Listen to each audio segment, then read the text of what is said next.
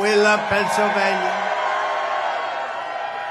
And a very special hello to Latrobe. Oh, I love Latrobe. You know why? The home of Arnold Palmer. This was the home of my friend Arnold Palmer. And he loved Latrobe. You know, he turned out to be one of the greatest golfers in the world. He started off very, very poor. He had no money, just had a lot of talent and a lot of muscle. He was a strong guy. And his father, you know, worked at Latrobe Golf Course. And he was a laborer there. They called him in those days sod carrier. He's a very strong man. He'd carry sod. They didn't have trucks that they trucked it. They had strong people carrying it. He was the strongest of them all. And he had a son, but they had no money. And he worked at Latrobe. And they treated him good because he could do more work than anybody else. And his son started to grow up, and he realized his son was very strong like him. But he never had a chance to play golf. He had no money at all. And his son was named Arnold. And when Arnold was 4 and 5 years old, they had no money to buy a club. He couldn't buy one club, not one. And they used to go to the back of, this was all told to me by Arnold, so I have it firsthand. They used to go to the bag room where the members were, and they took out members' clubs, and they'd use the members' clubs, 2 or 3 of them at night, late at night, and he'd hit balls with his son. And he'd watch his son every move. And he realized his son had great talent. And then his son got older and stronger, and then he got stronger and stronger, and his father started saying, wow, this is really crazy. What's going on with this kid?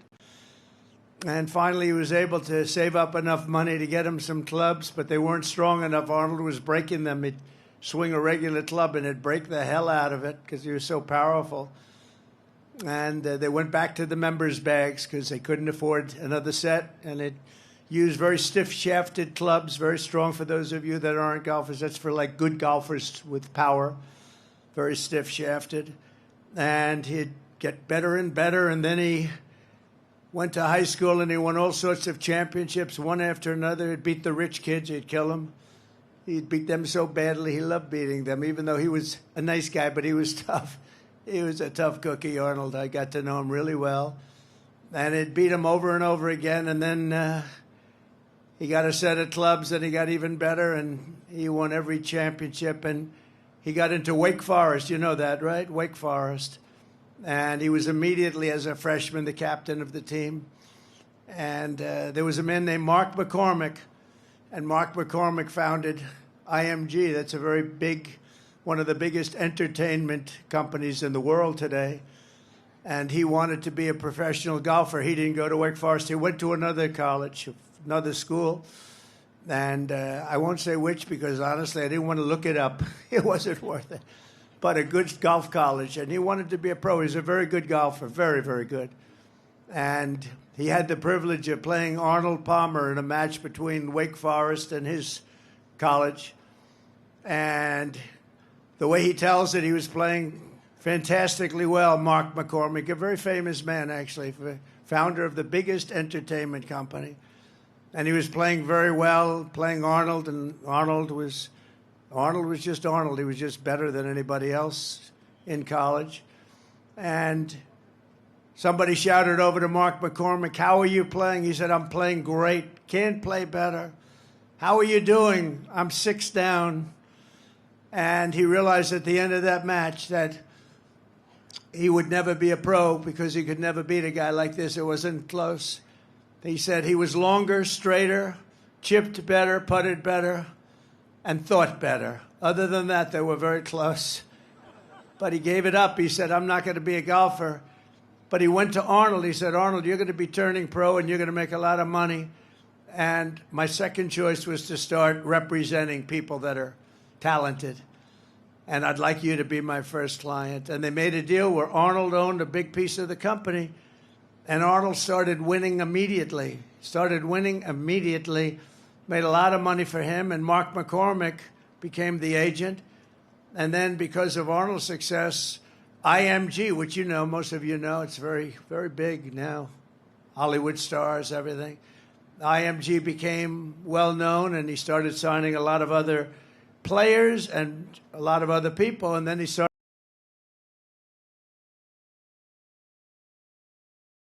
And it was all because of Arnold. Arnold owned a big piece of it. Arnold was a very rich man. And I said to Arnold, I got to know him when he was 69 years old. And I played pretty much with him, a lot of them. And as he got older, you know, when you get older, you start to lose a thing called distance. And I'm a good golfer. Not like that, but I'm a good golfer. And I felt so good because I was hitting it a little bit longer than Arnold. But he was, by this time, about 75, 76.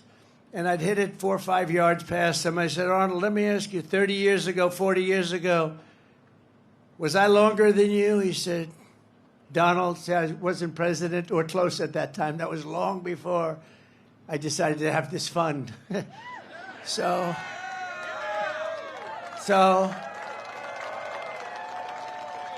no, this is, no, but you're talking about a great man. I said, Arnold, and he was still plenty long, but I said, Arnold, do you think I was longer than you like I am now, 30, 40 years ago? He goes, Donald, let me tell you a little secret.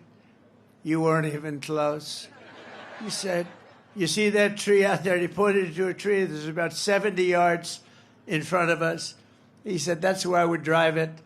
And you're about 70 yards short of that tree, and you would have been even worse than you were. And it's true, you know, he won, I think it was Pine Valley, one of the great courses. He won the US Open. He drove a par 4. It's the only person ever to drive that hole until that time. He drove it in a playoff to win the playoff. He went over the trees, very risky shot. He ended up driving the green, and he won with a birdie on the hole. And nobody till that point had done anything like it.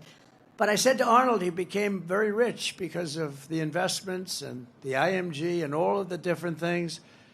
And I said to Arnold, just out of curiosity, you could live anywhere in the world. You could live on the Pacific Ocean. You could live on the Atlantic Ocean. You could live anywhere in the world. Why did you choose to stay? And part of the beauty is that because he made money right away, a lot of times it takes a pro years before they start making the money. It's a very, very difficult sport, actually. But he started right away making money. And you know the first thing he bought was Latrobe Golf Club. And you know the first thing he did? He took his father from a laborer to make him the course superintendent. How cool is that? And then ultimately his father became the manager of the club. And Arnold was so proud, and his father was good. He said, one thing with my father, nobody's going to steal on me. He said that, and I said that too. I said, there's something nice. And then I took Arnold, when he was quite old, in all fairness, we took a helicopter from where he was in Florida to Doral. I own Doral, which is a great place. And it's got 4 courses, many championships. Many of the best championships were at Doral. And I was building these beautiful, they call them villas, about 88 units in each one, hotel villas. And I named them after the 10 greatest golfers, including like Jack Nicklaus, Tiger Woods, Ben Hogan, Gary Player, Slammin', Sammy Snead, all great players. And I said, Arnold, I really want to name one after you. Would you like it? He said, I'd love it. I'd be honored to have that.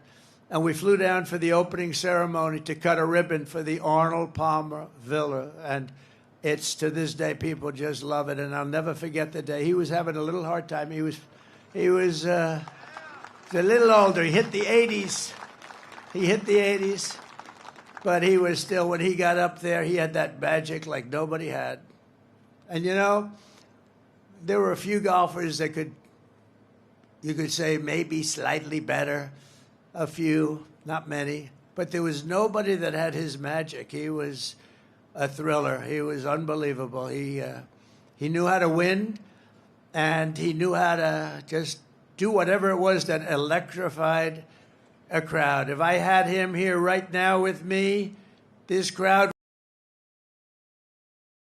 I wanted to name a villa after him. Everybody wanted him. He could have been in any place he wanted. He said, no, this is where I want to be. This is the place I love. I mean, how good is that, right? And he died very a very proud owner of this course, and he was always tinkering with it. I said, Arnold, what are you doing? He said, well, I'm moving the hole 4 yards back. I said, nobody knows the difference, Arnold. He said, I don't care. I love it. I love this place. He could not get enough of Latrobe. So, I've been here before, and I've told the story before, not in this kind of detail. Because, you have these teleprompters. If I would read it off a teleprompter, it wouldn't be so good, right? And it would be a lot shorter. It wouldn't be as good. And I didn't want to do that. I said, when I come here, I'm going to tell them the real story of Arnold. But Arnold Palmer was all man. And I say that in all due respect to women, and I love women. But this is a guy that was all man. This man was strong and tough. And I refuse to say it, but when he took showers with the other pros, they came out of there, they said, oh my God, that's unbelievable. I had to say it. We have women that are highly sophisticated here, but they used to look at Arnold and say, man, but he was really something special. Arnold was something special. So I just want to tell you, you're very lucky, the people that live in Latrobe, and it's an honor for me to be here because of him. And he was actually a great man, and I don't think there would be golf to the extent that you have it today. It probably wouldn't be that way without the great Arnold Palmer. So enjoy it, everybody. Enjoy it. And I had to tell you the shower part of it because it's true. What can I tell? We want to be honest. We want to be upfront. It's true. But I'm thrilled to be back in this incredible Commonwealth with thousands of proud, hardworking American patriots. I'd like to begin by asking a question. Are you better off now than you were 4 years ago? Now, after living through this nightmare of inflation, invasion, and humiliation, you know what the invasion is, right? Invasion by the southern border. What they've done to our country is unbelievable, allowing more than 21 million people into our country. Many of them are murderers. Many of them are drug dealers, and they're from mental institutions. He says, send them back. You're right. Do you come from Latrobe by any chance? Yeah, he does. But Americans are ready to be free from Kamala Harris. Do you know that whenever I use the word Harris, everybody says, who's Harris? They have no idea who Harris is. That's true. They have no idea who's Harris. But Kamala, and to reclaim the future that is rightfully yours, you're going to reclaim it. This election is a choice between whether we will have a incredible 4 more years of failure. It's such a horrible 4 years. We had a horrible, think of everything they touch turns to everything. Inflation, Afghanistan. How about Afghanistan? Most embarrassing moment in the history of it. Everything they've touched. Even now he's telling Israel, everything he said to Israel was exactly the opposite. He's the greatest, I will say this about Biden, he's the single greatest expert on foreign policy in history. You know what that means? If you did the exact opposite of what he suggested every single time, you'd go down as the greatest foreign policy president in history. If you did the exact opposite. Everything's a failure. And he's telling Bibi Netanyahu, don't do this, don't do that, don't do this. All our great congressmen are there. And don't do any of these things. And Bibi didn't listen to him. And I tell you what, they're in a much stronger position now than they were 3 months ago. That's for sure. Nobody's ever seen anything like has happened. And Bibi called me today, and he said, it's incredible what's happened. They said, it's pretty incredible. But he wouldn't listen to Biden, because if he did, they wouldn't be in this position. And she's worse than him. She's not as smart as him. And I'm not saying he's the smartest. I'm not saying he's the smartest. But she's not as smart as him. And I think maybe, based on early results, maybe he'd be doing better than her. We have results coming out where we actually now don't have to rely on the polls. We're doing good in the polls, but we don't have to rely on the polls. Remember, they stole the election from an American president. They stole it. I could say coup. I don't even want to call it. They just stole the election. They said, we're taking the election away. He got 14 million votes, and he won. 22 people running, 22 Democrats there running. Oh, I'm looking at my hair up there. Let's see. Oh, I don't like it. I don't like it. Excuse me, I'm going to recomb my hair. Do you mind? I'll leave the stage for 5 minutes. I'm going to recomb my hair, Mr. Future Senator. We have David down here. Mr. Future Senator, you got to get him in.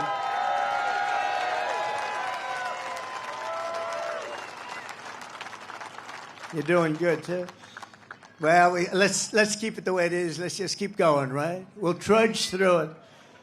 But this election is a choice between whether we will have 4 more years of failure and disaster, and that's what it's been. It's been failure. We're disrespected all over the world. They're laughed at all over the world. They're laughing at him and they're laughing at her. The other night they had Catholic Charities. They had the biggest event, the Al Smith dinner. It's the biggest event of the year for Catholics. And she's the only one in years, decades, that didn't show up. She didn't show up. She wouldn't be there. She wouldn't be there. She said no. And she ended up doing a tape that was pathetic. And it was an insult to Catholics, frankly, because she was actually sort of knocking them or knocking religion. Then she had the other event the other day where she said, you're in the wrong location when they started talking about a certain subject, right? They're in which basically was a knock on Christianity and a knock on religion, because she doesn't know what the hell she's saying. But there had been a failure, it's been a disaster, or you're going to have 4 years, and they will be the 4 greatest years in the history of our country if we make the proper decision. You've got to make that decision.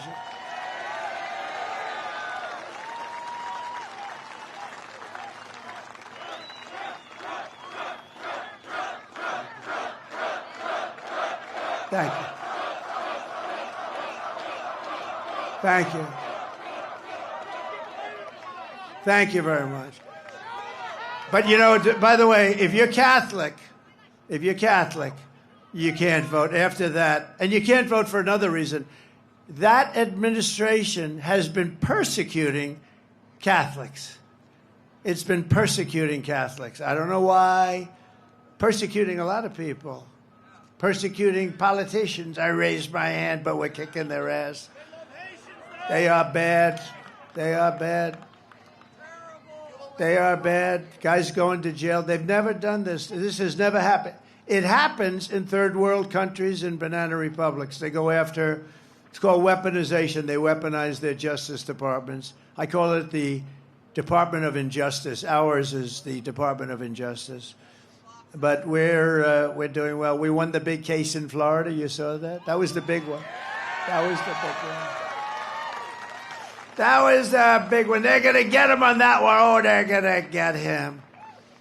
We had a judge who was brilliant and fair and very smart. She ruled against them, very strongly against them. These are dishonest people that we're dealing with.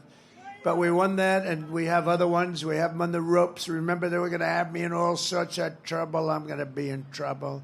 And in the meantime, it's just weaponization of government. It made me more popular. It actually made me more popular, I think. It's crazy. Because people can see, and they're smart, and we could sometime explain it, but one after another. You had Fani, F-A-N-I, which is usually pronounced Fanny. She added a little action to it, Fani. That was a scam. They're all scams. They're all scams. It's a corrupt system, and it's a corrupt Justice Department, and it's a corrupt DA, corrupt attorney generals. They use it to get elected because you can't get elected with open borders, with transgender operations all over the place, with men playing in women's sports. with high taxes and bad schools, and no school choice. You can't get elected with all. I could go on for 10 minutes. Your vote will decide whether we give up on America or whether we save America. It's the most important election you're ever going to have. It really is.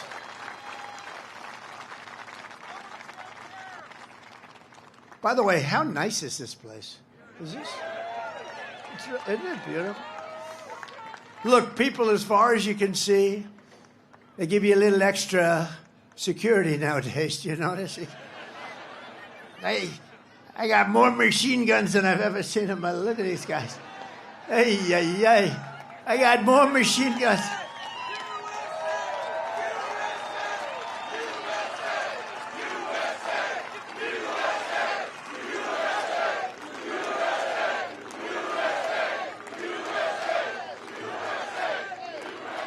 I never saw guns like that. I said to my son, Don, he knows a lot about guns. And Eric knows they're great shots. They really understand. I said, what kind of a gun is that? They said, Dad, you don't even want to know. They are serious guns. We got more guys. And every one of them is like central casting, too. Holy shit. I'm looking.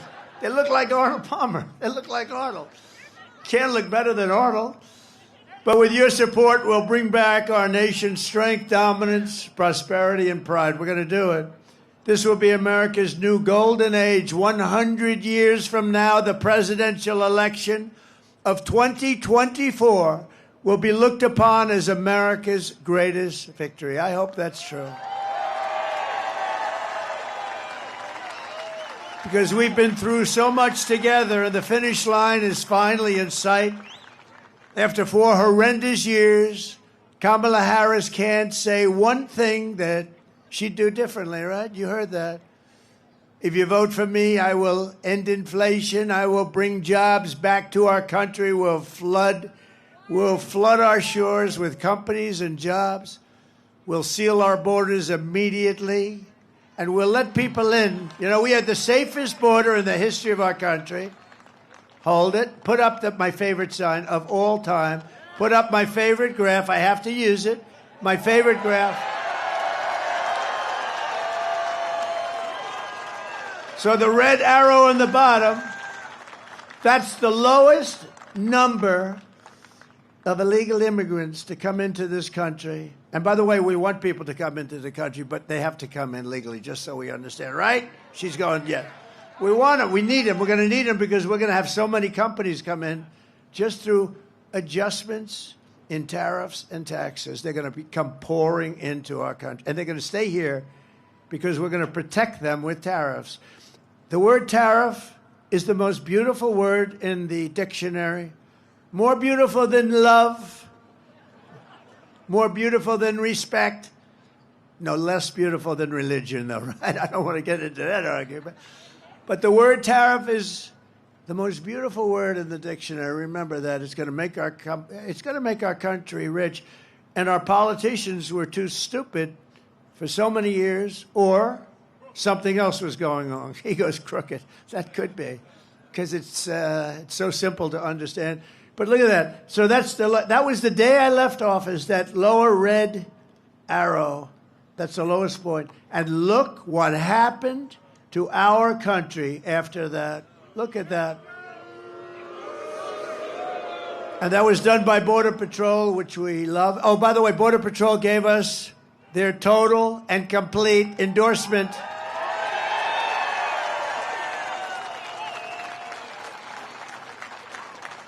And it's hard. You know, they're not actually supposed to do it. They said, well, let them take all 29,000 of us and let's see what happens to this country. No, they're not, in theory. You know, you work for the government. They couldn't help. And they said she's horrible. They said she's horrible. It wasn't just, they said, you're the greatest president in the history of our country. Some only said the greatest in our lifetime. They had a unanimous endorsement from everybody. And they said at the same time, she's the worst we've ever had by far. And now she's running. And I tell you, I think that the border, I was just saying to Byron Donald's in the plane, right, Byron? I was just saying up, Byron. What a great guy.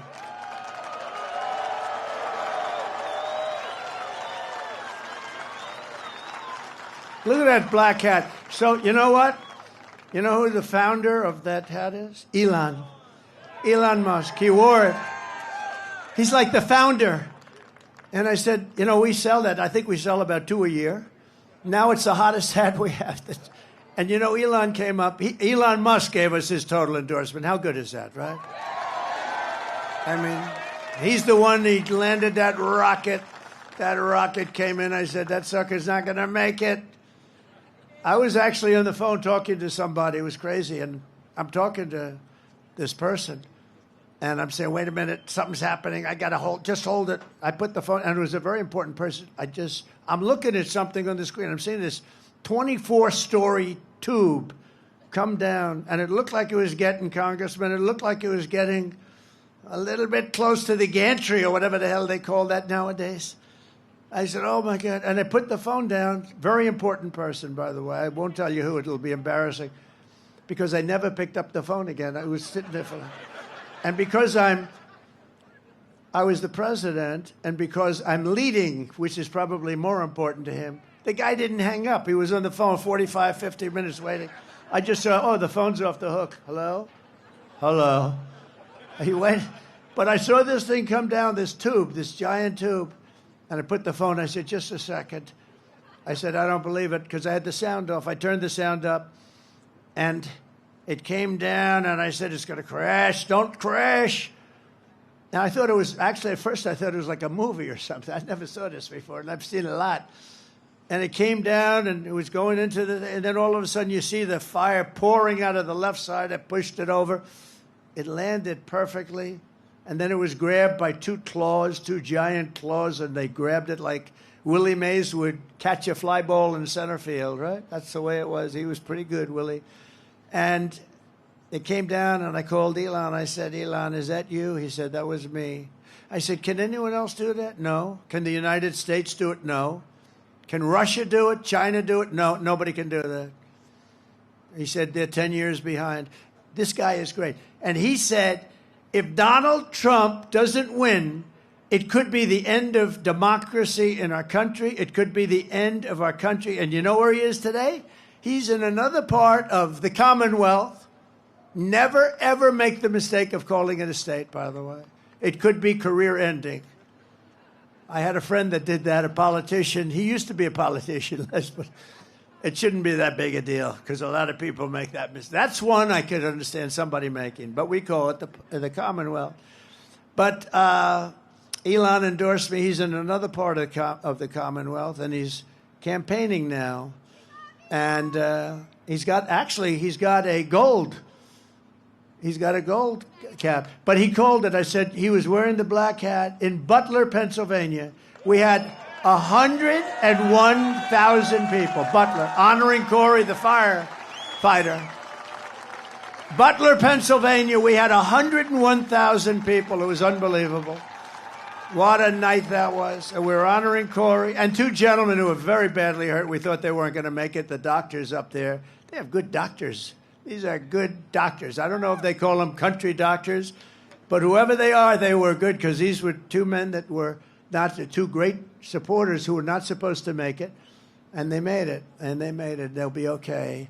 But Corey didn't make it, and we honored Corey. It was the most beautiful evening, right? We had a moment of silence, and then we had the bells of Notre Dame, right? Notre Dame playing. And then we had an opera singer who sounded just like Pavarotti. I mean, the guy was unbelievable, and he sang Ave Maria. And the whole place was crying. It was crazy. I'm looking at the audience. Some of my friends were there, almost as tough as the football players that we have. We have some of the great football players. Almost as tough. I don't know if you guys would... But they were tough cookies. And I see them crying. They're trying to be cool. You know, no, I wasn't crying. But the whole place was crying. It was amazing. It was 101,000 people. So we will regain our sovereignty. We will restore our safety. And we will unlock the magnificent destiny that is just within our reach. And I am asking you to be excited about the future of our country. Again, you're going to be excited. This is going to be the most exciting period ever. Every problem facing us can be solved, but now the fate of our nation is in your hands. It really is. I mean, if you put these lunatics in charge any longer, we can't take it any longer. They're laughed at. They're laughed at by foreign leaders. They think they can't even believe it. They can't even believe it. Biden can't find his way off a platform. She's worse. I wonder if she's going to have any trouble. No, she should be probably okay in that regard. But she's worse up here. Pennsylvania, you have to stand up and you have to tell Kamala Harris, who shouldn't be there, she's a threat to democracy. The way they took over, they call me a threat to democracy, right? She's a threat to democracy because she shouldn't even be the candidate. They should have picked a candidate fairly, not just given her because they want to be politically correct. I mean, whether you like him or not, we had the debate. And his numbers went down. He didn't have a good night. But that can happen. But, that happens. And the numbers go down, and they went down. And they went into him. They said, we're not going to let you run. We're going to take it away. That's crazy. Nancy went in. Chuck Schumer went in. Some of the people went in. They took it away from him. They just took it away from him. It's bad. And that is a threat to democracy, if you think about it, right? That's a real threat to democracy. But you have to tell Kamala Harris. And by the way, I think he would have, let's see what happens. And I may be wrong, but let's see what happens. I think he might have done better than she's going to do. Because all we had to do is expose her as a lunatic left. Further left than Pocahontas. Do you know who Pocahontas? Elizabeth Warren. She's further left than Pocahontas. And I don't want to get into that stuff, but her mother said she was Indian because she had high cheekbones. That's what she said. And then she went out and did a test because I was driving her crazy, calling her Pocahontas. So she fell for the trap. And she did a test, and she was so happy because it came back 1,014. Remember? 1,014. And that was it. That means I had more Indian blood in me than she had, and I have none. I have none. I'd like to have some. I would like to have some, I'd be honored. But I have more, and I have none. But she was so happy when she got, think of that. Think of that. That was what happened. That was the end of her career. That was the end of her presidential run. She was leading for the president. And when she said, and you got to understand, just these are the people we're dealing with. She took that Indian heritage, and based on the fact, and this is her statement. This is not me. There's no racist anything in me, not a drop. But this is not me. Her mother told her this, that she had high cheekbones, and therefore she was part Indian. And based on that, she applied to colleges. She applied for jobs.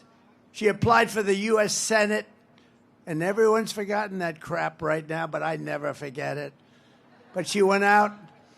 And she had the test, and the test was ridiculous basically. And then I said that I have more than she does. And I would love to, I will tell you. But she's bad news. But she's radical left crazy. She drives people. What she does to business people is horrible. She's a horrible person. But she's radical left. And Crazy Bernie is radical left. And this one, Kamala, is further left than them. So you have to tell Kamala Harris that you've had enough, that you just can't take it anymore. We can't stand you. You're a shit vice president. The worst. You're the worst vice president. Kamala, you're fired. Get the hell out of here. You're fired. Get out of here. Get the hell out of here, Kamala. There you go. Early voting in Pennsylvania is now underway. Go and vote. Just go and vote. Get out there, and if you've not registered to vote, you only have 2 days left. You have to get out there and register immediately. Does everybody promise they're going to register? Okay. Boy, look at the crowd. Wow. Wow. Hello, everybody. How did the flyover look? Good? Cool. You know, it feels like you're very close to the ground. I said, are we okay here? You know, when you're, it looks like okay from here, but let me tell you, when you're in that plane, that sucker feels low. I'm saying, I hope everything's working nicely on that plane. With your help, 17 days from now, we are going to win Pennsylvania. We're going to defeat Kamala Harris, and we are going to make America great again, right?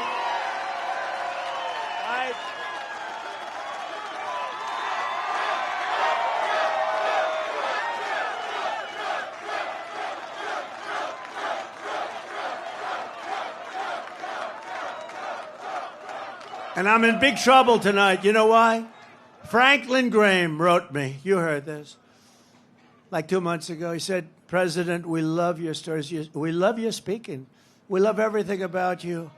You're a great Christian. We love everything about you. But, sir, please don't use any bad language, bad words. He said, your stories will even be better. And I wrote it back. I said, I'm going to try and do that. But actually, the stories won't be as good because you can't put the same emphasis on. So tonight I broke my rule. I've done it for weeks, but tonight I just said, look, I'm in Pennsylvania. What the hell? What the hell? I went to school here. I went to the great Wharton School of Finance here. What a great school that was, too. What a great school. So if we win Pennsylvania, we win the whole damn thing, right? And starting on day one of my new administration, I will end Kamala Harris's war on Pennsylvania energy because you know she's going to ban fracking, right? 100%. You know, she was against fracking, against all this stuff, and then all of a sudden about a year and a half ago when she was getting killed in the polls, she said, I like fracking very much. Look, they always go back to what they want. They always go back. She can't help it. She's a radical left Marxist. She can't help it. But we're going to end that, and we will frack, and drill, baby, drill. We're going to drill, baby, drill. We're going to be drilling so deep. We're going to be, for these guys, we're going to drill. We're going to take out so much money. We're going to pay down our debt. We're going to lower your taxes. You know, I gave you the largest tax cut in the history of our country. And the biggest regulation cuts in the history of our country. And we had the best economy in the history of our country. And we had the best border in the history of our country. Other than that, what the hell? I did other things, too. I rebuilt the military, and unfortunately, they gave a lot of it away to the Taliban. These geniuses, these stupid people like Milley, General Milley. Remember his performance in Congress? General Milley and Mattis, all these guys, what a bunch of lightweights. But we have great generals, but they're the ones you don't see on television. They're the ones that actually have to fight. Like, we defeated 100% of the ISIS caliphate with great generals and we have a great military, but not the ones you see on television. Not the movie actors that you see. Kamala has said repeatedly she wants to ban fracking, which would kill over 500,000 jobs in Pennsylvania alone. Watch this. There's no question I'm in favor of banning fracking. I am committed to passing a Green New Deal and finally putting an end to fracking once and for all. If they fail to act as President of the United States, I am prepared to get rid of the filibuster to pass a Green New Deal. I am offering a Green New Deal that has been described as one of the most aggressive and progressive. Well, he's going to bring the Green New Deal up for a vote. Yeah, I will vote for it. It is a resolution. I believe that the underlying principles behind it are sound and important. What is the solution for voters who have jobs and interests in the fossil fuel industry? Giving the workers an ability to transition into the jobs of the future. Can we afford it? Of course we can afford it. It's not about a cost.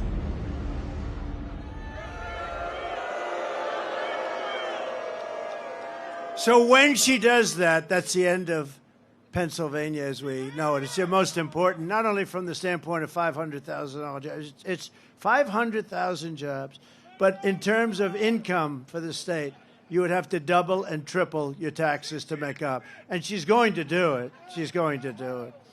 She's going to do it. And you know the other thing they tax is, you know what an unrealized capital gain is? Okay? It's called, I'll tell you what it is, communism is what. So she wants to have a tax. So capital gains tax is terrible. It's rough. But, you know, you sell something, you can pay the tax. She wants an unrealized capital gain every year so that if something goes up in value, now you have to go out. It'll be a great business for appraisers and for lawyers and for accountants. Other than that, it's a disaster. She wants an unrealized, and she refuses to say that, no, we're not going to do that. No, she refuses. Think of it. It's an unrealized gain. So she wants to tax an unrealized gain.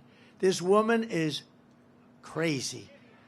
I will terminate the Green New scam immediately. It's the greatest scam in history. I will stop the energy price hikes. I will rescind the natural gas export ban, which is killing your state, by the way. And we will have energy independence. You know, we were energy independent 4 years ago. Think of it. Energy independent. We're still going to be energy dominant. And I will cut your energy and electricity prices in half within 12 months of taking office. 50%. We have it. It's under our feet. We don't have to get it from Venezuela. We get it from Venezuela. It's not even believable. The whole thing's not believable. For most of American history, Pennsylvania was the commercial and industrial powerhouse of the United States. But year after year, globalist, radical left politicians and incompetents like Kamala Harris have waged a war on your Commonwealth. They've annihilated your steel mills, decimated your coal jobs, assaulted your oil and gas jobs, and sold off your manufacturing jobs to China and foreign nations all over the world.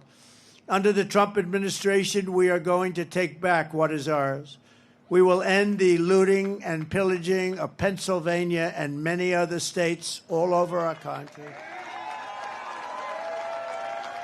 We will bring back our manufacturing jobs, our energy jobs, our coal jobs, our steel jobs, and our dreams. And it's all very simple. Starting in January, we will give our companies the lowest taxes, the lowest energy costs, the lowest regulatory burdens, and free access to the best and biggest market anywhere on the planet, but only if they make their products right here in America. If they don't, they have to pay a higher tax.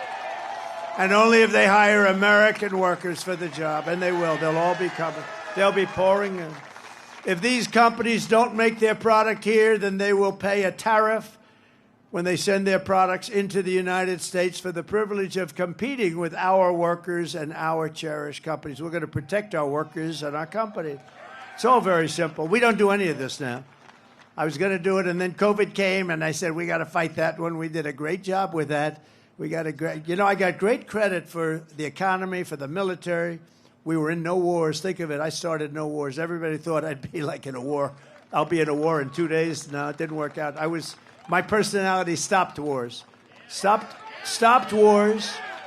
It stopped wars in countries that we weren't even involved. I was able to stop wars with other countries that we weren't even that involved with just by making a couple of phone calls. I saved a lot of lives.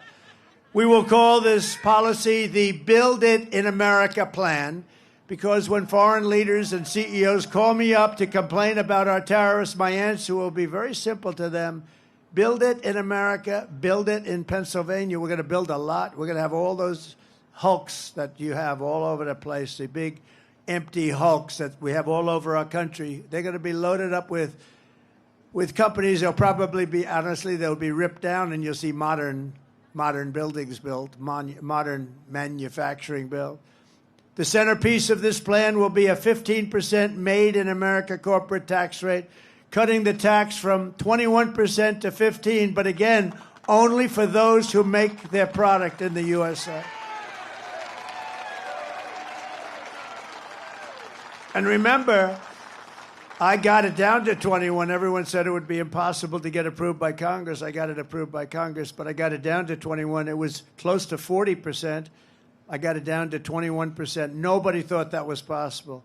Now, I'm taking it from 21% down to 15%, The companies are going to roar in because 21% is very competitive.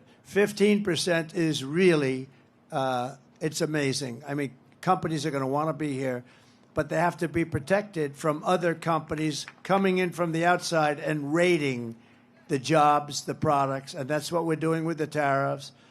And for those companies who don't make their product in America, they will be forced to pay a very stiff tariff, and we will make it and take it.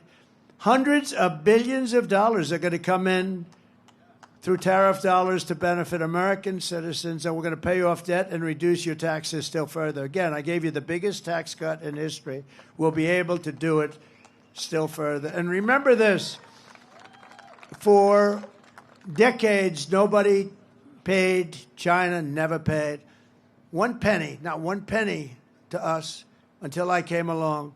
They paid hundreds of billions of dollars in tariffs and taxes under me, under Bush, under Obama. They never paid. They never paid anything, nothing, not a dime. Hundreds of billions of dollars they paid.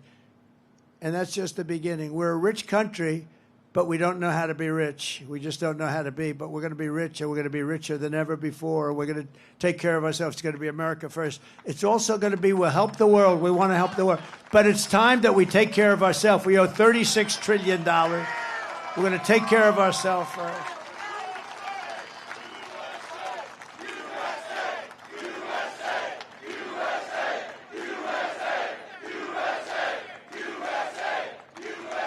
And I will never apologize for defending America. I will protect our workers.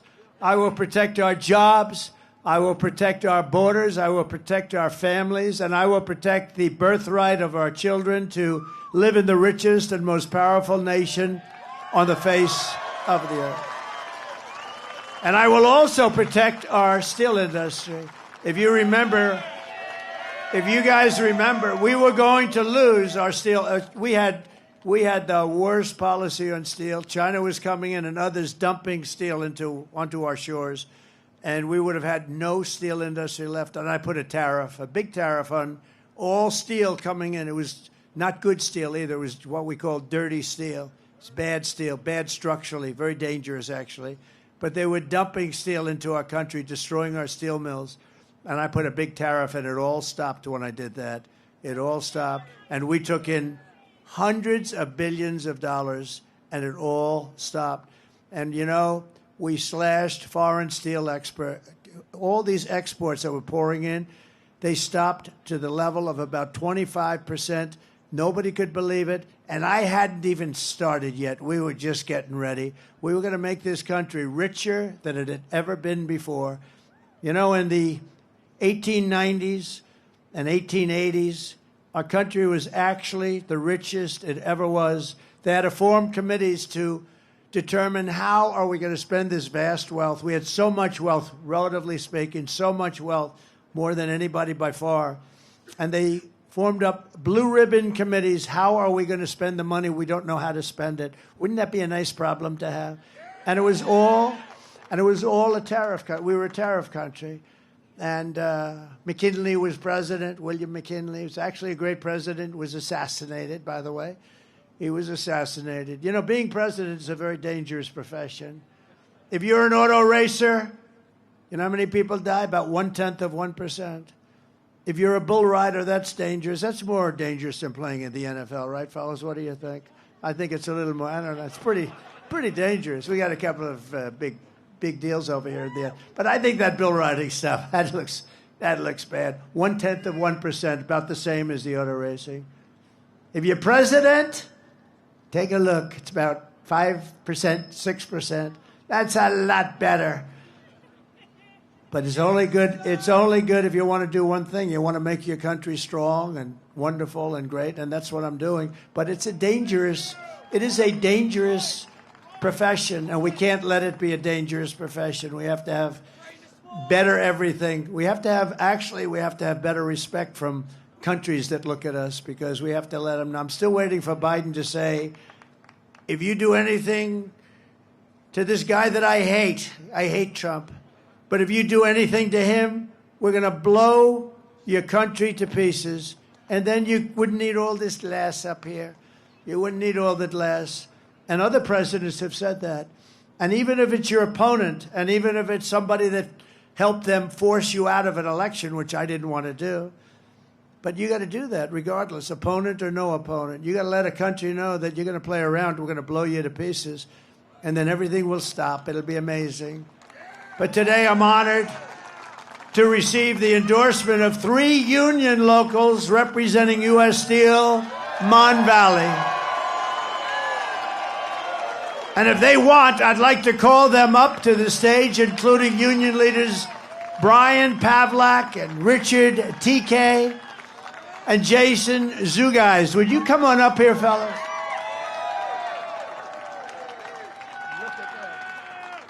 These are good-looking people. Good-looking guy, yeah. How about executive order? Oh, yeah. No You more. guys can say something. Thank you very much. Thank you very much. That's great. You agree with what I said? Yeah. It's pretty simple. Yeah. It's pretty simple. Good looking guys, huh? It's an honor. You like the Arnold Palmer story, I bet. I love it. Isn't it true? Yeah. Thank you. Pleasure to meet you. Glenn Thomas. I work down in Braddock.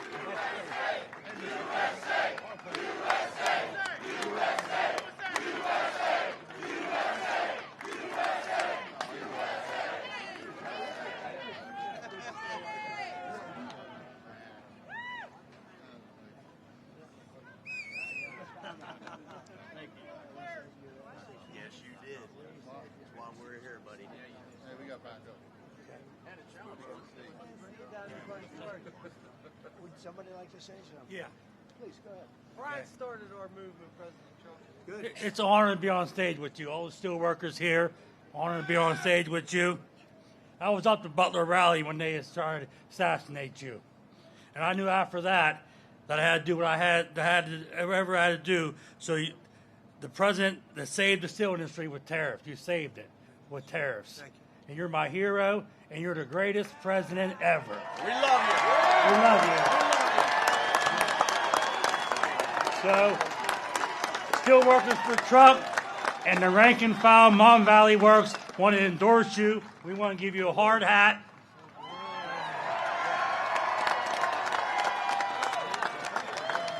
And also another hat, too. Well, thank you, President Trump. Thank you. Yes. Thank you, everybody. It's such an honor. It's my honor. Thank you very much. Don't make a lot of money. We want that no tax on overtime. Yeah, you are. We want that no. Yeah. No tax on overtime. That's a good one. Yeah. You know, the steelworkers work a lot of overtime. You never even heard about that, right? No, tax. no. No child support on overtime. That's another one. You take care of good. I want you to put the hard hat on. No child support on overtime. Could we get a picture with you? Yeah, let's go. Come on. Let's do it real fast, fellas. They want you to put the hard hat on. Put the hard hat on. Over in front of it.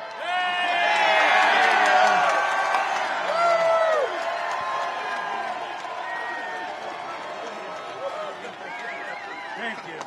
Thank you, everybody. Beautiful. Thank you, fellas. Let's take a picture. Come on. We'll go fast. Let's go. Got it? They've got it outside. Okay, he's got it right there. Let's go. We got to get back. Thank you, fellas. Thank you. Good job. Good Hey, job. go see you backstage. Good.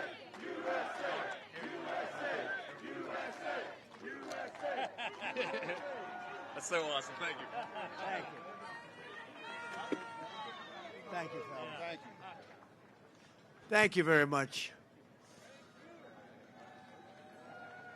That's a lot of strength up here. A lot of great people, actually. I'm also thank you very much. Have a good time, fellas. Thank you. President Trump. Thank you very much. Thank you very much.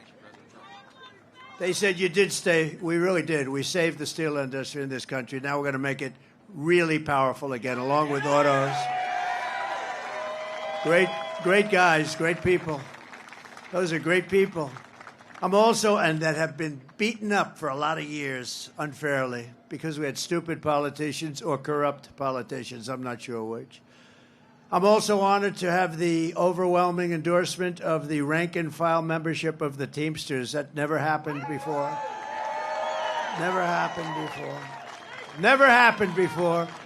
And also we have something else, the law enforcement. Virtually every group in the United States from law enforcement, every single group, the sheriffs, the police, the Fraternal Order, 400,000 police, they all endorse me. So thank you very much. Thank you. I don't think she has one. She's a disaster. She wanted to defund. She was involved in defund the police. I think when you defund the police, that's the end of that. With 4 more years of Kamala Harris, Pennsylvania will be an economic wasteland. That's going to happen. And I'll tell you, with me, you're going to make more money than they've ever made before. You're going to have the best salaries, the lowest taxes. You're going to be doing better than you ever did. And we're going to put this into motion fast. You can do it very fast. Very simple, too. Kamala's inflation has already cost the typical family over $30,000 in higher prices, and now she wants to raise typical family taxes by nearly $3,000 a year. Just take a look at this video, please.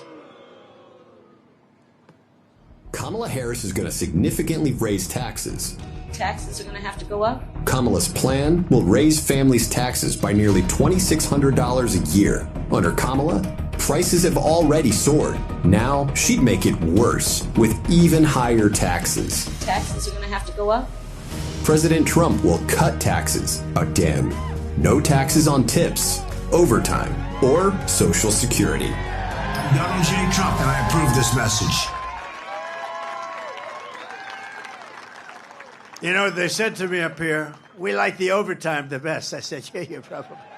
You like the overtime, right, fellas? That's right. I figured you had something. That's right. You're not worried about the tips. You like that overtime, right? But a lot of people like the tips.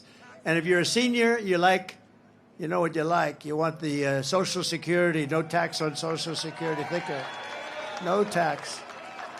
No tax on Social Security benefits for our seniors. And they deserve it because, you know what? Inflation, with their fixed income, mostly fixed income, inflation has absolutely destroyed our seniors and other people that are on fixed income. So I will also make interest on car loans fully tax deductible. That's a big deal.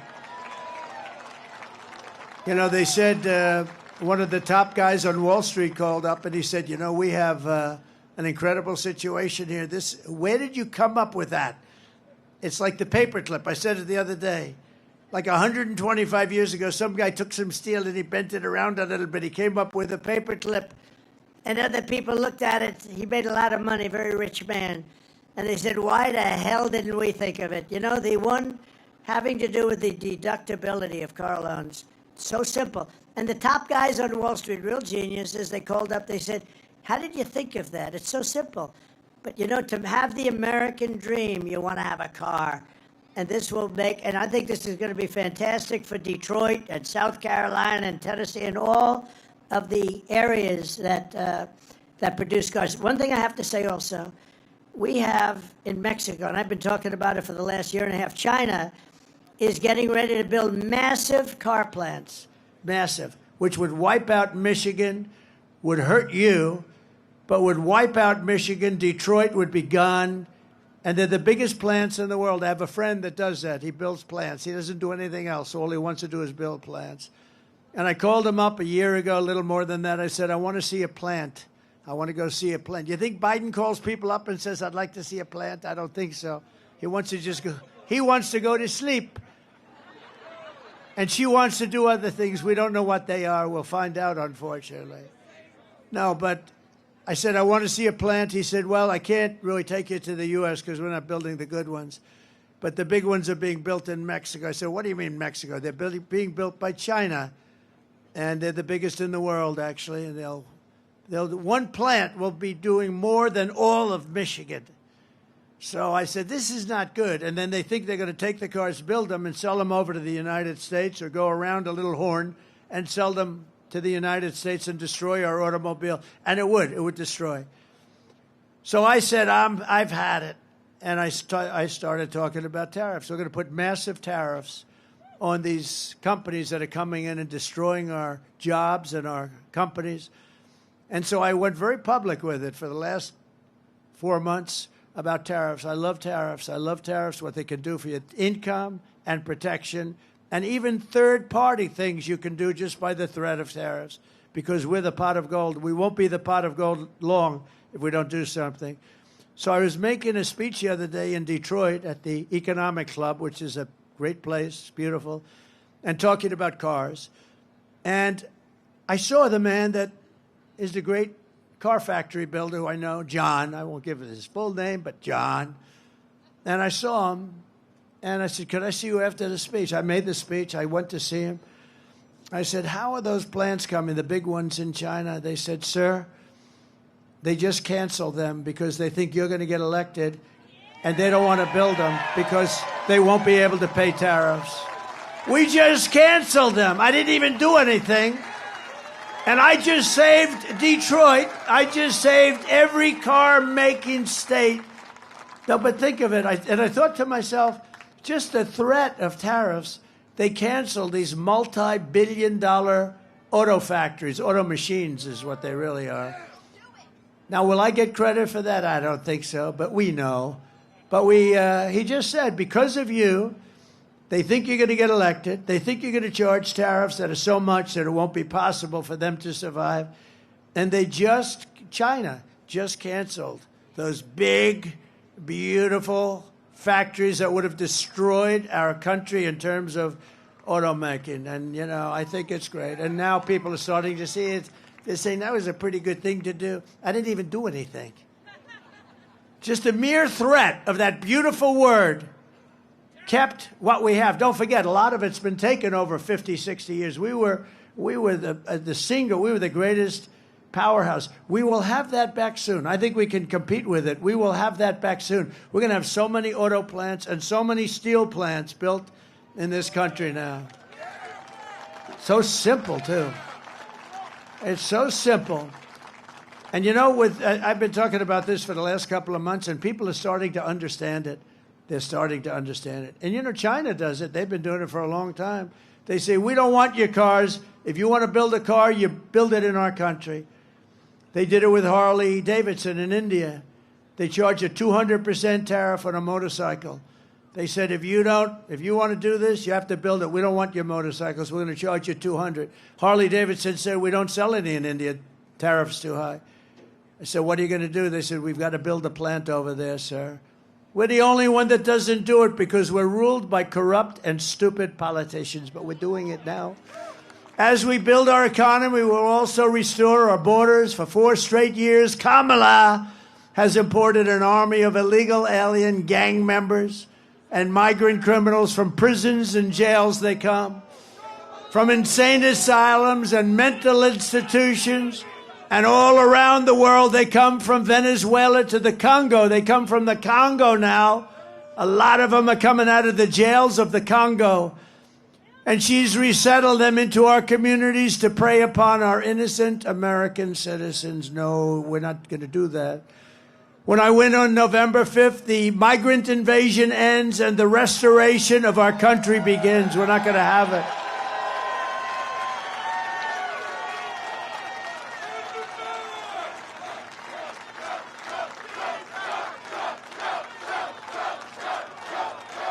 Thank you. And every day, Kamala is using migrant flights and her phone app. Do you believe they have a phone app? For the criminal cartels to call up, hello, this is Jose Rodriguez. I'd like to know, where do I dispose of my illegal migrants? And they tell you where to drop them. Can you believe it? The only thing worse are the flights. They have planes flying over aboard a big, beautiful Boeing 727s, 737s, and just like that beautiful plane over there, isn't it a pretty plane? 757s, 767s. They have planes flying back and forth, loaded up with migrants, only going one way, by the way, to flood Pennsylvania, Ohio, Michigan, and Wisconsin. That's what they're doing in the entire Midwest with thousands and thousands of illegal migrants, and many of these are very dangerous people. They'll look at you, they'll cut you up, and they won't even think about it. As just one example, the 4,000-person town of Charleroi, Pennsylvania, has seen, listen to this, a 2,000% increase in the population of illegal migrants. Think of that, 2,000% increase in the population of illegal migrants under Harris. She doesn't want to be called border czar. But you know what? I don't care. She was in charge of the border. This mentally deficient president put her in charge of the border. And she never went there, not once. And she never, when the Border Patrol last week endorsed me so strongly, I asked them, how often did you speak to her? You were dealing with her. They said, sir, we never spoke to her once. I said, who did she speak to? There were like 40 guys on the stage, all the leaders of the Border Patrol. She said, not one of them did she speak to, not one. Pennsylvania is not going to take it anymore. One of the deadliest and most vicious migrant gangs that Kamala has imported into our country is the savage Venezuelan prison gang, Tren de Aragua. Has anyone heard of it? You've heard of MS-13? These are right in the same category. You don't get any meaner or tougher. But they're taking over apartment complexes like I do. I'm in the real estate business also, isn't it? They do it differently. They do it with guns. I do it with financing. And unleashing a violent terrorist spree all across America. This is happening all over. Let's watch. Open borders, deadly consequences. Border crisis. Record high crossings are putting a strain on cities across America. It is a full-blown invasion. Armed Venezuelan gang members storming an apartment complex in Aurora, Colorado. When people talk about migrant crime, this is what they're talking about. Biden and Harris had created a program to bring them in under humanitarian parole. I am in favor of saying that we're not going to treat people who are undocumented and cross the border as criminals. More than 13,000 illegal immigrants convicted of murder have been released into the United States. My 20-year-old daughter, Kayla Hamilton, was murdered in her own room. Kayla's murderer was apprehended by Border Patrol crossing illegally into the U.S. Kayla's murderer had been improperly released into the United States. Abolish ICE.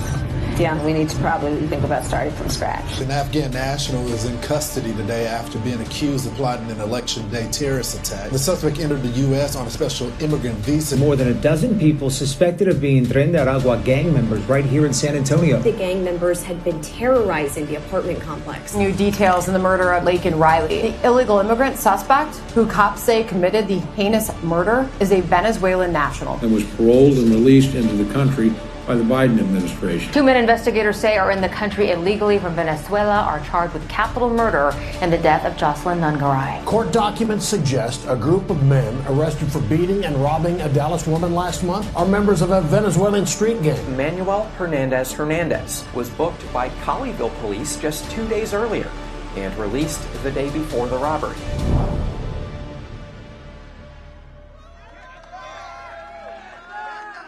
And it's that way all over America. And I say it's a much bigger, the polls are saying that the biggest problem is inflation and the economy. I say that's a bigger problem. I'd move inflation and the economy to number 2. That is a bigger problem because that's destroying the fabric of our country. The United States is now an occupied country. But November 5th, 2024 will be Liberation Day in America. It's going to be Liberation Day. Under Kamala Harris, 13,099 illegal alien convicted murderers are on the loose right now in the United States of America. Can you believe it? Just this week, 2 illegal alien members of the same savage Venezuelan gang were arrested in New York for robbing, shooting, and murdering a 59-year-old man in a Connecticut hotel. One of these illegal alien monsters was a gotaway. Do you know what that is? These are the illegal gotaways. And the other was caught but then released into our country by Kamala Harris and her horrible, horrible, free, open borders. Immediately upon taking the oath of office, I will launch the largest deportation program in American history. We have no choice. I don't want to do it.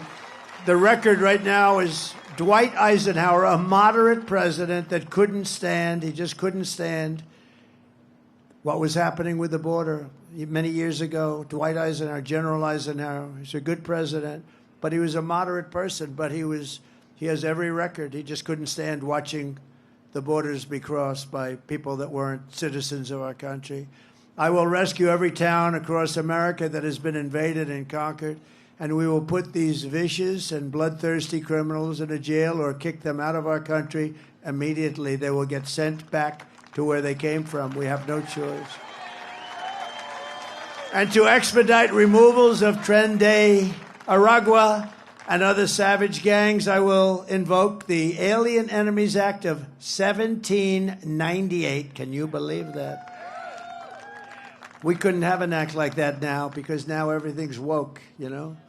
We have woke generals like Milley and Mattis. We have woke people. They don't do things like this. So we had to go back to 1798 when we had real people running our country.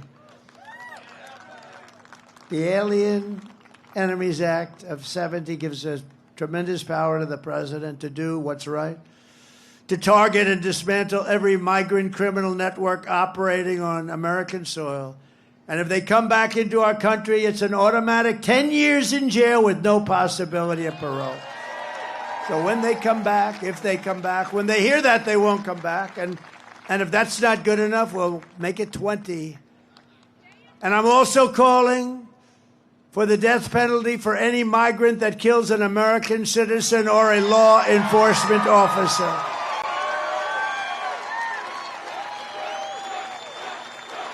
Right?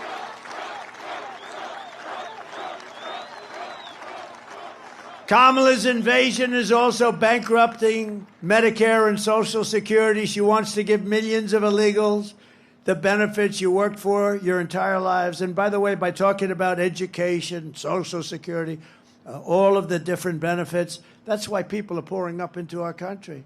If you say you're not going to get it, they won't come.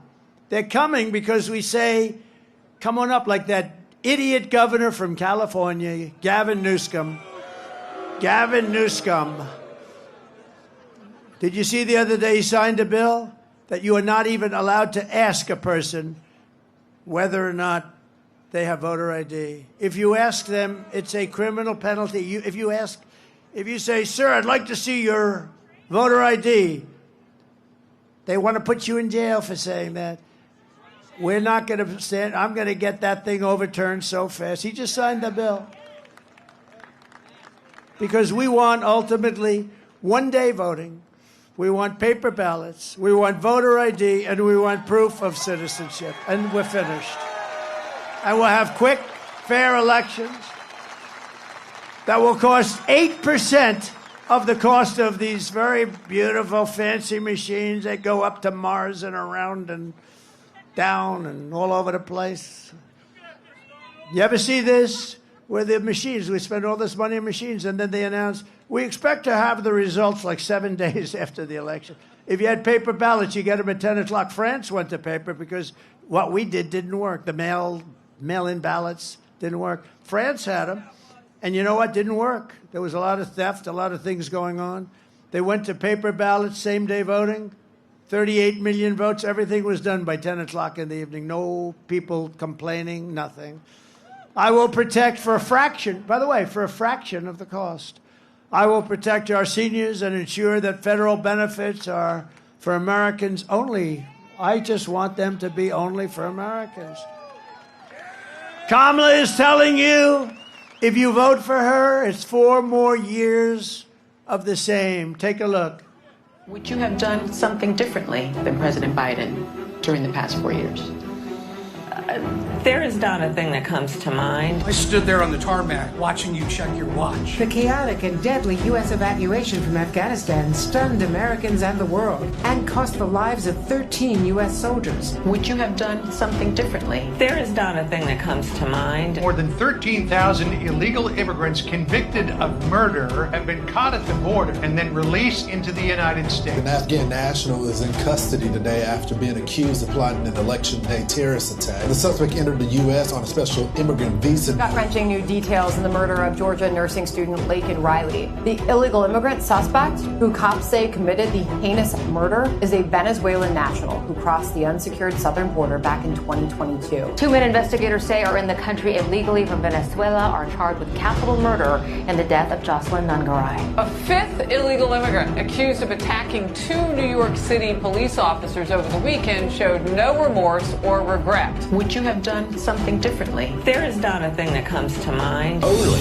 18% say the economy is in excellent or good condition. US inflation has hit a new 40-year high, increasing by 9.1% over the financial year. The cost of homes have spiked. Home buyers need to earn 80% more than they did in 2020 to afford a house. Were you the last person in the room? Yes. That's it. All right. You do nothing different than the worst administration in the history of our country. The happiest person in life. He just turned over 100 years old now. He's over 100. He turned a few weeks ago. Jimmy Carter. He's the happiest man around. You know why? Because he looks brilliant compared to this administration. The Carter administration is brilliant compared to these people. He didn't destroy our country at the border. Pennsylvania, if you want to end this disaster, you must get out and vote. You have to go and vote. Get everybody you can.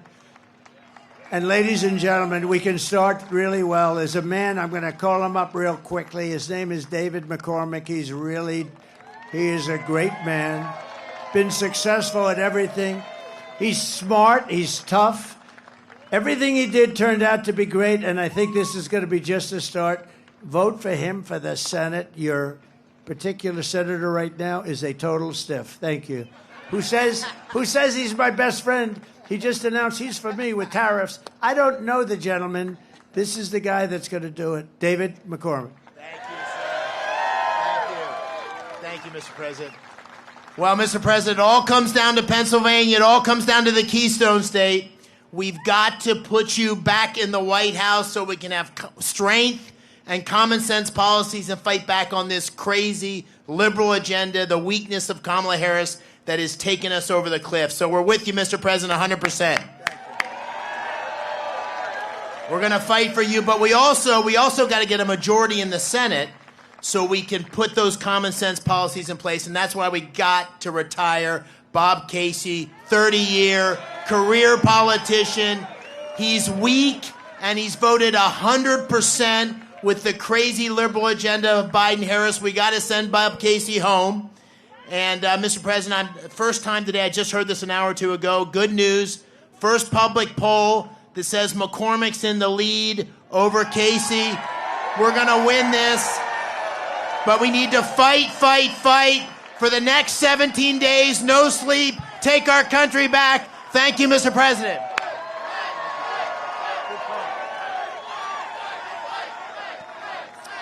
Thank you very much, David. David's a good man, and he's going to really represent you, and he's going to work with us on getting your taxes down, etc. We're also joined by Representatives John Joyce, great guy. Where's John? Hello, John. Dan Muser, who's fantastic, my friend, all my friends, and Byron Donalds of Florida.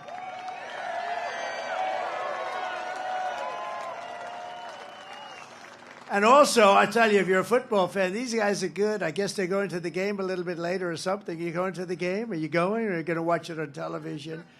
Former NFL stars Antonio Brown. Oh, he was a good player. He was a good player.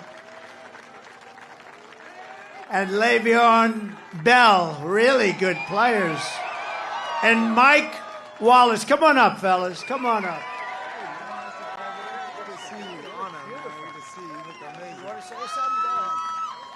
Let's vote for Trump, baby. Make some noise for the president.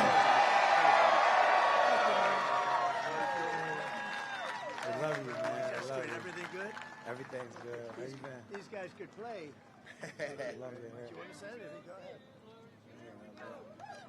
Let's go, Trump. You already know. Vote Trump. Let's go. Here we go, Steelers. Here we go, Steelers. Go have a good time. Thank you. I'll see you tomorrow at the game. Good. Thank you so much. I'll be going to you at the game. Thank you. Appreciate you. Thank you. They look good. We're also deeply honored to be joined by Gold Star family members of the service members, several of them who gave their lives in Afghanistan. So horrible. So horrible that this had to happen. They're friends of mine. Many of the families are friends of mine. I've gotten to know them over this, and it's just horrible. Should have never happened, would have never happened. Corporal Hunter Lopez and his family is here. We're honoring these people. Corporal Humberto Sanchez. Staff Sergeant Taylor Hoover. Sergeant Nicole G. And Corporal Kareem Nikui.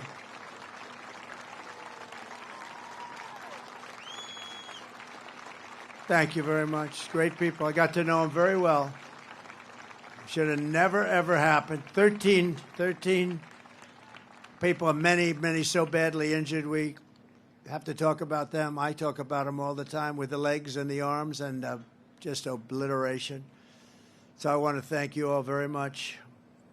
Thank you for being here. Thank you.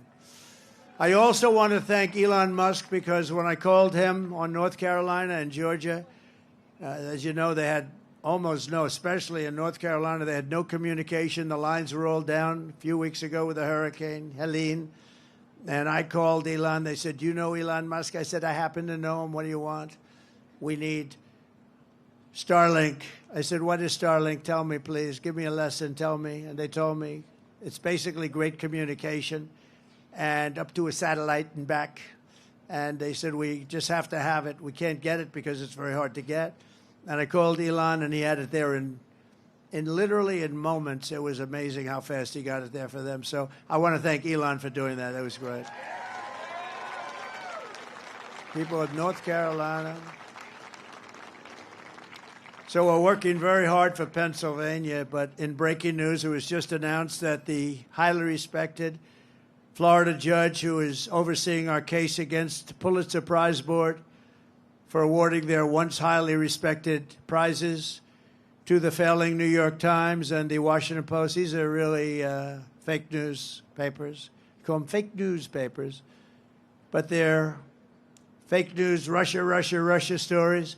They got the Pulitzer Prize for Russia. It turned out to be a fake story. So I figured, what the hell, on your behalf, I'd sue their ass off. And he's ordered Discovery to move full speed ahead. He wants it to go. That means that we will be able to learn the full scale of their lies, deceit, and wrongdoing, and we'll hold these radical lunatics accountable for the lying that they've done to the American people. What they've done is incredible. Think of it. They got the Pulitzer Prize for their great reporting on Russia, and then it turned out to be a hoax, and now everybody knows it. So I want them to return those Pulitzer Prizes, and I think lots of damages should be awarded to a lot of different people. So here are the facts. Kamala Harris is a radical left Marxist rated even worse than Bernie. She destroyed our economy. She was an original creator of defund the police. And anybody who wants to defund it cannot be president of the United States. We cherish our police. And we're going to give them back their respect and their dignity and let them do the job. And crime will fall. Kamala Harris vowed to abolish ICE. These are tough people. I know a lot of tough people right in this first few rows. They're not tough like these guys. As California Attorney General, she redefined child sex trafficking, assault with a deadly weapon, and rape of an unconscious person as totally nonviolent crimes. She pledged to confiscate your guns and endorsed a total ban on handgun ownership.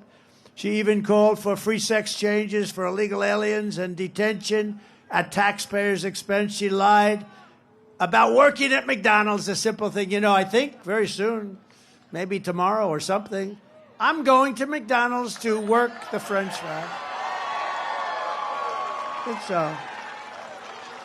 I think I'm doing it tomorrow. And I think it's in a place in Pennsylvania, and I'm going to stand over that French fry. You know, she lied about her. You know, it's a very basic thing to say. They'll say, oh, look at all that press. That's a lot of press.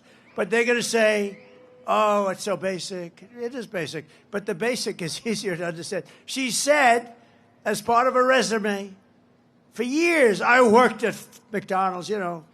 Tough. It's probably tough. But she never worked there. It turned out to be a hoax. So on top of all of this, Kamala turned on our military and wants to make them woke. Take a look at our real military. Just take a look at it.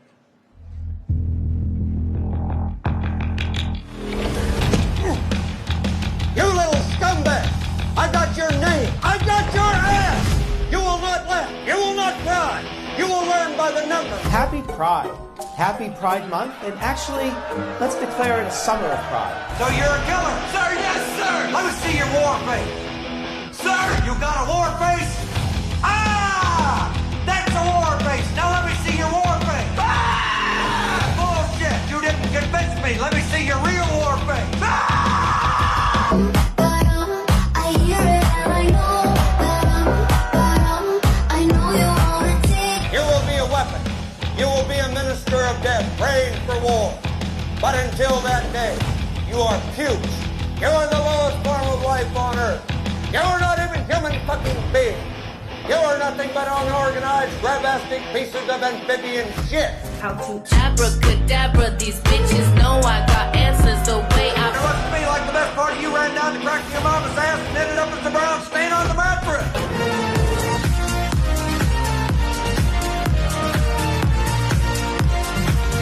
I love working for Uncle Sam. I love working for Uncle Sam. Lets me know just who I am.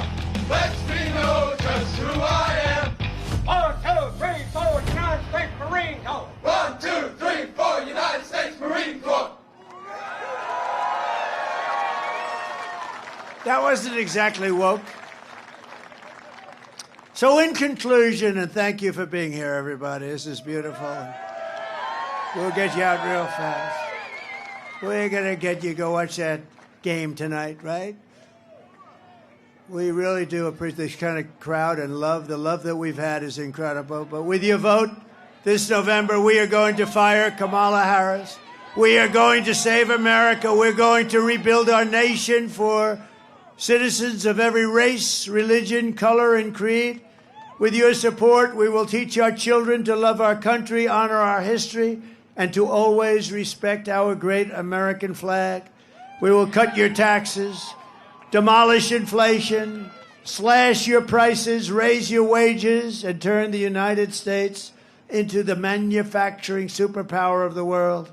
We will hire American, buy American, build American, and show the whole world that the American dream is back, bigger, better, and stronger than ever before. I will end the war in Ukraine, stop the chaos in the Middle East, and prevent World War III. And I'm the one that can do it. I'm the only one that's going to do it. I will crush violent crime and give our police the support, protection, and resources. And we have to give them respect again. We're going to give them respect like they've never had. And they're going to get rid of crime, and they'll get rid of it quickly and efficiently. We cannot live with the kind of crime that we're living with in our country today. We will strengthen and modernize our military. I rebuilt our military, and now we're going to modernize it still further. We will build a missile defense shield, all made in the USA, including the Commonwealth is going to build a lot of it. We're entitled to it. We're entitled to it. Others have it. We want it too. And we will land an American astronaut on Mars. Get ready, Elon. Get ready. We got to land, and we got to do it quickly. But a lot of that has to do with military, the space. You know, I created Space Force, and it's going to go down, in my opinion, it's just about the most important with time, of the forces. We were way behind Russia and China, and now we're leading them by a lot. It's a great thing. Space Force, first time in 82 years since Air Force that this happened. We will rebuild our cities, including our capital in Washington, D.C., making them safe, clean, and beautiful again. We will get critical race theory and transgender insanity the hell out of our schools. And we will immediately keep men out of women's sports.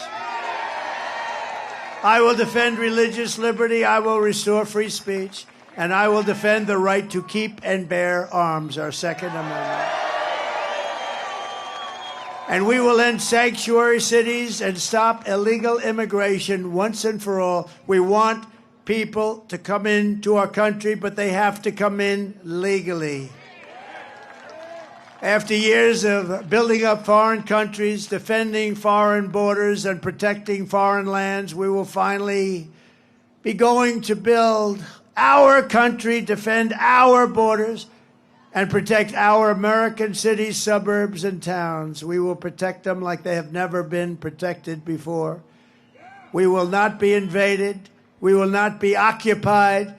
We will not be conquered. That's what they're doing. This is an invasion into our country of a foreign military.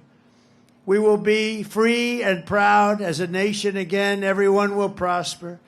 Every family will thrive, and every day will be filled with opportunity and hope. But for that to happen, we must defeat Kamala Harris and stop her radical left agenda once and for all. It will happen. It will happen. We want a landslide that's too big to rig. So early voting is underway. Get everyone you know and vote. After all, we have been through together. We stand on the verge of the 4 greatest years in the history of our country. These will be 4 of the greatest years in the history of our country, and it's going to happen quickly.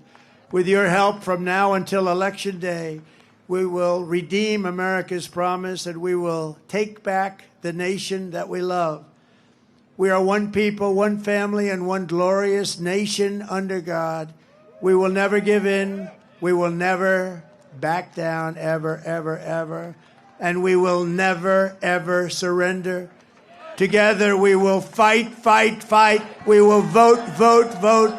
And we will win, win, win like we have never won before. November 5th will be the most important day in the history of our country. And together we will make America powerful again. We will make America wealthy again. We will make America healthy again. We will make America strong again. We will make America proud again. We will make America safe again. And we will make America great again. Thank you, Pennsylvania. Thank you.